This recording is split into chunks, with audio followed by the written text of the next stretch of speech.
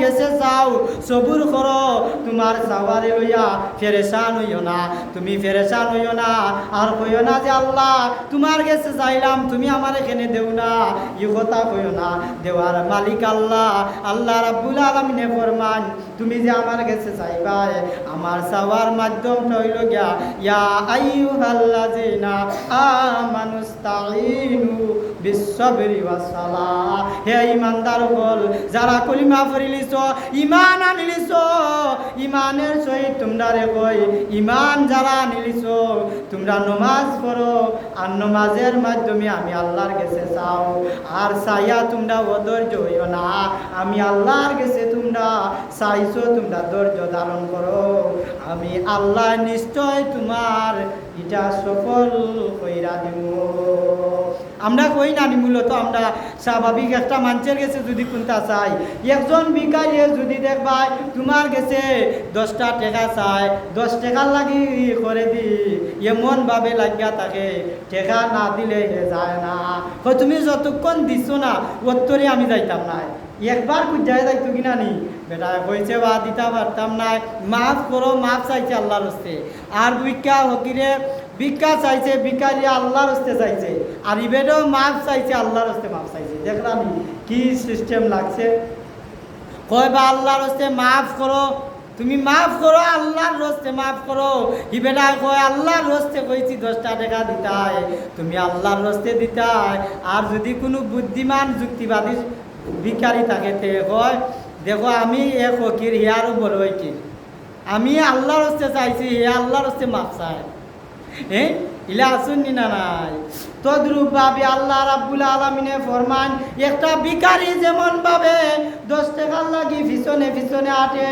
ও আমার বান্দা বান্দিরা তোমরা কেমন লোক তোমরা কেমন উদ্ভট জাতি তোমরা আমি আল্লাহর কাছে পাওয়ার লাগি আমি আল্লাহর কাছে লাগি থাকো আমি আল্লাহ তোমারে দিয়া মাল দিয়া আমি আল্লাহ ডালিয়া দিমু সুবহানাল্লাহ আল্লাহ রাব্বুল আলামিনে কোন আমি আল্লাহর কাছে চাওয়া আরম্ভ করো আমি আল্লাহর লোক চাইল না আমরা কইরানি আল্লাহ তোমার কাছে চাইছি তুমি না দেওয়ার পারতা নাই আল্লাহ তোমার কাছে চাইছি তোমার কাছে যদি থাকতো না তেনা তুমি দিতা না তুমি যতক্ষণ পর্যন্ত দিছ না ততক্ষণ পর্যন্ত আমি খোয়া ছাড়তাম না সুবহানাল্লাহ কইতে কইতে দেখবাই একদিন আল্লাহর মায়া লাগবো তোমার আছে আল্লাহ পূরণ করে দিবা সুবহানাল্লাহ সাহাবায়ে কেরাম মুসল্লিয়ানে কেরাম আল্লাহ রাব্বুল আলামিনে আমার তিলাওয়াতকৃত আয়াতের মধ্যে আমরা যে গত জুম্মা কত আলোচনা করেছিলাম ওযু গোসল লইয়া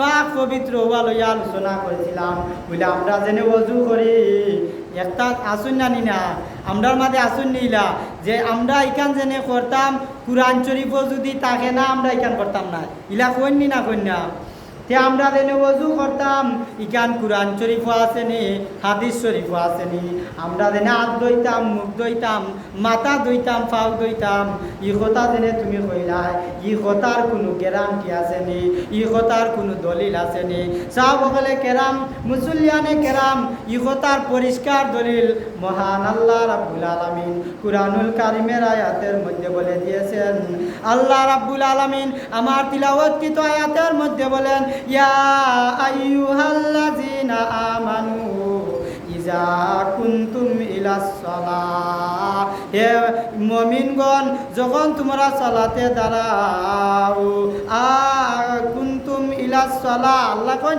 কুনতুম ইলাস সালাহ তোমরা যখন নামাজে দাঁড়াও সালাতে দাঁড়াও ফাগসিলু উজুহাকুম ওয়া আইদিয়াকুম ইলাল মারাফিকি ওয়ামসাহু বিরুসিকুম ওয়া আরজুলাকুম ইলাল কাবাইন তোমরা ধুয়ে নাও তোমাদের মুখমণ্ডল ধুয়ে নাও তোমাদের হাত কনুই পর্যন্ত ধুয়ে নাও তোমাদের মাথা মাসে করো আর তোমরা ধুয়ে নাও পাওয়ের টাকনু পর্যন্ত সুবহানাল্লাহ আল্লাহ কোন ইয়া আইয়ুহাল্লাযিনা আমানু ইযা কুনতুম ইলাস সালাহ হে ঈমানদারগণ হে মুমিনগণ তোমরা নামাজের পূর্বে নামাজের আগে তোমরা তোমরা তোমাদের ফাগসিলু উজুহাকুম ওয়া আইদিয়াকুম ইলাল মারাফিকি, তোমরা ফাগসিলু উজুহাকুম, তোমরা ওযু করো, মুখমণ্ডল মুখমণ্ডল ধৌত করো, তোমাদের হাত দুই হাত কোনই পর্যন্ত ধৌত করো, তোমরা মাথা মাসে করো, তোমরা দুই পাওয়ের টাকনু সহ পর্যন্ত ঘন্টা পর্যন্ত ধৌত করো। সুবহানাল্লাহ। আমরা যে ওযু করি সাহাবায়ে কেরাম এই কথা কুরআন শরীফে আসেনি না নাই? দলিল চারানি না দলিলের ভিতরে আছে বলে আমরা যতটা কাম করি ইসলামের মধ্যে প্রত্যেকটা কামের দলিল আছে, প্রত্যেকটা কামের গ্যারান্টি আছে, প্রত্যেকটা কামের গুরুত্ব আছে। কারণ হইল গিয়া ইসলাম এমন একটা জিনিস, ইসলাম হইল কমপ্লিট ম্যান, ইসলাম হইল এমন একটা জিনিস, ইসলাম কমপ্লিটফুল, ইসলাম হইল পাওয়ারফুল জিনিস। ইসলামের মধ্যে আনকমপ্লিট এমন কোনো জিনিস রয়েছে না। সুবহানাল্লাহ। বলি ইসলাম একটা কমপ্লিট ম্যান, ইসলাম একটা কমপ্লিট জিনিস, ইসলাম একটা সুন্দর জিনিস। যদি হয়েছে কোনো মানুষে যদি তার বাড়ির পাশে পুষ্কুনির মধ্যে দিনও 5 বার উজু করে, ফোকাসান সাহাবায়ে কেরাম ওই মানুষের শরীর কোনো ময়লা থাকার সন্দেহ আসেনি। একজন মানুষে যদি পুষ্কুনির মধ্যে পুকুরের মধ্যে দিনও 5 বার গোসল করে, ওই মানুষের শরীরের মধ্যে নাফাকি থাকতে পারে না, ওই মানুষের শরীরের মধ্যে ময়লা থাকতে পারে না। তদ্রূপভাবে মহান আল্লাহ রাব্বুল আলামিনে ফরমান, যদি কোনো মানুষে 5 বার ওযু করে, হাত ধোয়, মুখ ধোয়, মাথা মাসে করে, ওই মানুষের জীবনে কোনো গুনাহ হয়ে থাকতে পারে না। সুবহানাল্লাহ।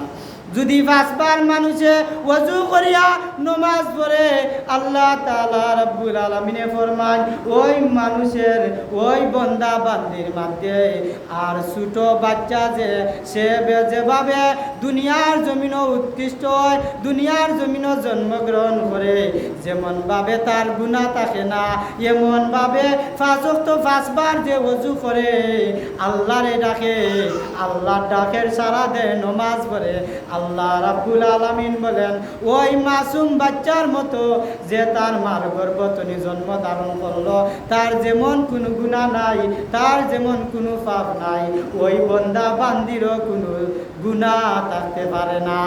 সুবহানাল্লাহ। সাহাবায়ে কেরাম কে আমরা পাইলাম ওযু করা, ওযু করলে আল্লাহ রাব্বুল আলামিনে গুনাহ মাফ কইরা দেন।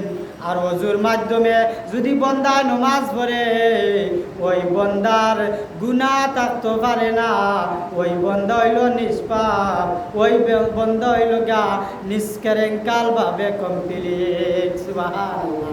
ই বান্দার জীবনে কোনো গুনাহ নাই, গুনাহ থাকতে পারে না। তদ্রূপভাবে আমরা কিতা করতাম, ওযু করতাম আর আল্লাহর ডাকের 5 বার সাড়া দিতাম। দিতাম না দিতাম না সাহাবায়ে কেরাম? আর আল্লাহর ডাকের সাড়া দেওয়ার মাধ্যম হইল গিয়া পাক আর পবিত্রতা। বলে আমরা অনেক বেমার পড়ে গেছি, হুজুর আপনি যেনে কইলা ইসলাম একটা কমপ্লিট ম্যান, এটা কীভাবে কইলা? বেমার পড়ে গেছি, পানি লাগাইলে ঠান্ডা লাগাইলে আমরা শরীর আরও অসুস্থতা বাড়ি দিব। গোসল করলে ঠান্ডার দিন বেমারের মাঝে গোসল যদি করি আমরা কিতা হয়ে যাব, শরীরও ঠান্ডা লাগি যাব। আর আমরা গোসল কিলা করবো আর নমাজ কিলা করবো, ওযু কিলা করবো আর নমাজ কিলা করবো, এটাও ইসলামের মধ্যে এটার লাগেও সুন্দর একটা সমাধান আল্লাহ রাব্বুল আলামিনে দেওয়ার আছে। সুবহানাল্লাহ। বলে নমাজ আল্লাহর এমন একটা হুকুম, নমাজ এমন একটা হুকুম আল্লাহর, ইসলামের পরে হইল গিয়া নমাজের স্থান। নমাজ যদি কেউ পড়ে না, সে ব্যক্তি মুসলমান দাবি করতে পারবো, মুসলমান হওয়া সম্ভব হইত না। মুসলমান দাবি করতে পারবো কিন্তু মুসলমান হওয়া সম্ভব না নমাজ ব্যতীত। আর নমাজ যদি পড়ো, আল্লাহরে ডাকো, আল্লাহ রাব্বুল আলামিন ফরমান যে 5 ওয়াক্ত নমাজ পড়লো আমি আল্লাহর লগে 5 বার কথা কইল। সুবহানাল্লাহ। নমাজ পড়ার মাধ্যম হইল গিয়া আল্লাহর সাথে কথা বলা। আল্লাহর সাথে কথা হওয়ার মাধ্যম হইল গিয়া নমাজ। আমরা নমাজ বেশি পড়তাম নি না পড়তাম না। এখন কইছে কেউ যদি ইচ্ছা কইরা এক ওয়াক্ত নমাজ ছাড়ে, এক ওয়াক্ত নমাজ ছাড়ার কারণে 80 হুকবা জাহান্নামের মধ্যে জ্বলা লাগবো। 2,88,000 বছর জাহান্নামের আগুনে জ্বলা লাগবে। চিন্তা করলাম কেরাম বলে আমরা নমাজ আমি বেমার হয়ে গেছি, আমার লাগি কিতা আল্লাহ নমাজ মাফ দিছ নি? বলে না, নমাজ তোমার লাগি মাফ নাই। কইছে হাদিস শরীফ আছে, কোনো মহিলাদের গর্ভে যদি সন্তান আধা খান প্রসব হয়, আধা খান ভিতরে থাকে, ওই মহিলাও ইশারায় নমাজ পড়া লাগবো। চিন্তা করলা নিচা বলে কেরাম বলে আমরা যেনে বেমার পড়লাম, ইটার লাগি পানি লাগাইলে তো আমরা ঠান্ডা লাগবো, আমরা নমাজ কিলা করতাম। আমরা লাগিও বেমারি যারা পানি লাগাইলে সমস্যা, এরার লাগিও নমাজের ওযু করার আর গোসল করার সুন্দর সমাধান ইসলামও আছে। সুবহানাল্লাহ। ইসলামের মধ্যে এরার লাগি সুন্দর সমাধানটা হইল এরা তায়াম্মুম করতা। সুবহানাল্লাহ। যারা পানি ব্যবহার করতে পারতা নাই, এরার লাগি কিতা করতা? এরা তায়াম্মুম শরীফ করতা। ইসলাম শরীফের মধ্যে হয়েছে এরা তায়াম্মুম করতা। বলে আমরা তায়াম্মুম করতে হইলে তায়াম্মুম হিকা লাগবো নি? না, হিকা লাগতো না, হিকা লাগবো। তায়াম্মুম কিলা করা লাগে আমরা জানা লাগবো। কোন মানুষে তায়াম্মুম করা লাগবো আমরা জানা লাগবো। কি ধরনের বেমার হইলে তায়াম্মুম করা লাগবো আমরা জানা লাগবো। কোন বেমার হইলে গোসল না কইরা তায়াম্মুম করলে গোসল আদায় হইব জানা লাগবো নি? না লাগতো না। এখন তোমার তাপ উঠি গেছে, তুমি পানি লাগাইতে পারো, কুল্লি করতে পারো, কিন্তু তুমি কও না নমাজ পড়বার সময় তুমি যদি কও না আমি ওযু করতাম পারতাম নাই, তায়াম্মুম করিলাই, হইব নি? এটার লাগিও কমপ্লিট একবারে ক্লিয়ার ভাবে আলোচনা আছে। তুমি কোন মানছে তুমি কিতা তায়াম্মুম করতায়, কি ধরনের বেমারি হইলে তায়াম্মুম করতায়, ইসলামও সুন্দরভাবে সমাধান করা হয়েছে। আর কোন জিনিস দিয়া তায়াম্মুম করতায়, কিভাবে তায়াম্মুম করতায়, এটাও ক্লিয়ার ভাবে কমপ্লিট করিয়া দেওয়া হয়েছে। সুবহানাল্লাহ। তে দেখো কাছান বলে আমরা যে বেমার হই, আমরা তো ইচ্ছা করিয়াও পারগতা দেখাইয়া নমাজ পড়তে নাই, দেইনি না দেই না। আমরা একটু সমস্যা হইলেও ইটারে বড় সমস্যা দেখাইয়া নমাজ ছাড়িলাই, কইয়া মানে উজোর দেখাইলাই যে আমরা সাধারণ একটা সমস্যার কারণে আল্লাহর কাম আল্লাহর ইবাদত আমরা পারতে নাই। আচ্ছা নমাজ পড়লে আমরা লাভ নিনা আল্লাহর লাভ, লাভটা হইব কি আমরা, আর আল্লাহ রাব্বুল আলামিনের কাম হইব, লাভ হইব আমরা, ফায়দা হইব আমরা।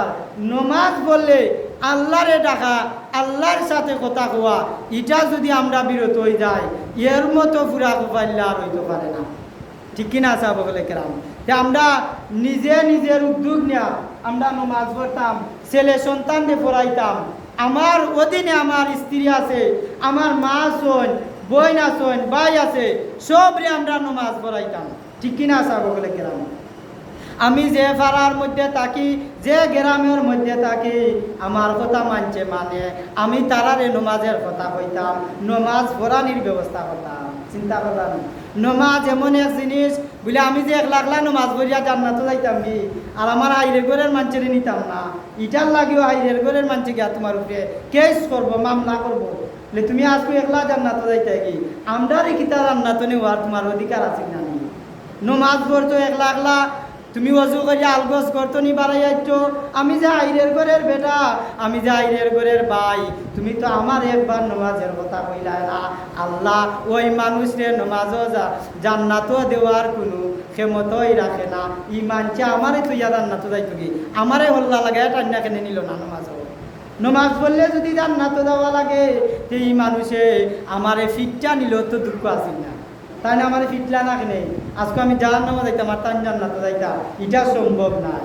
হেসাব বলে কেরাম আমরা কিতা করতাম, আমরা উদ্যোগ দেওয়ার নিজে নমাজ পড়তাম, আর যদি নিজে নমাজ পড়ি না আর বেটারে দাম খাইয়া কই তুমি যাও নমাজও, এই না তোমার কথা মানবানি। আগে তুমি নমাজে হইতই ভাই, এর বাদে তোমার বাইরে কইতই ভাই, তোমার বোনে কইতই ভাই, তোমার বাবারে কইতই ভাই। আগে নিজের উদ্যোগ দিয়া নমাজি হওয়া লাগবো, নিজের জীবনে নিজে সুন্দর করা লাগবো।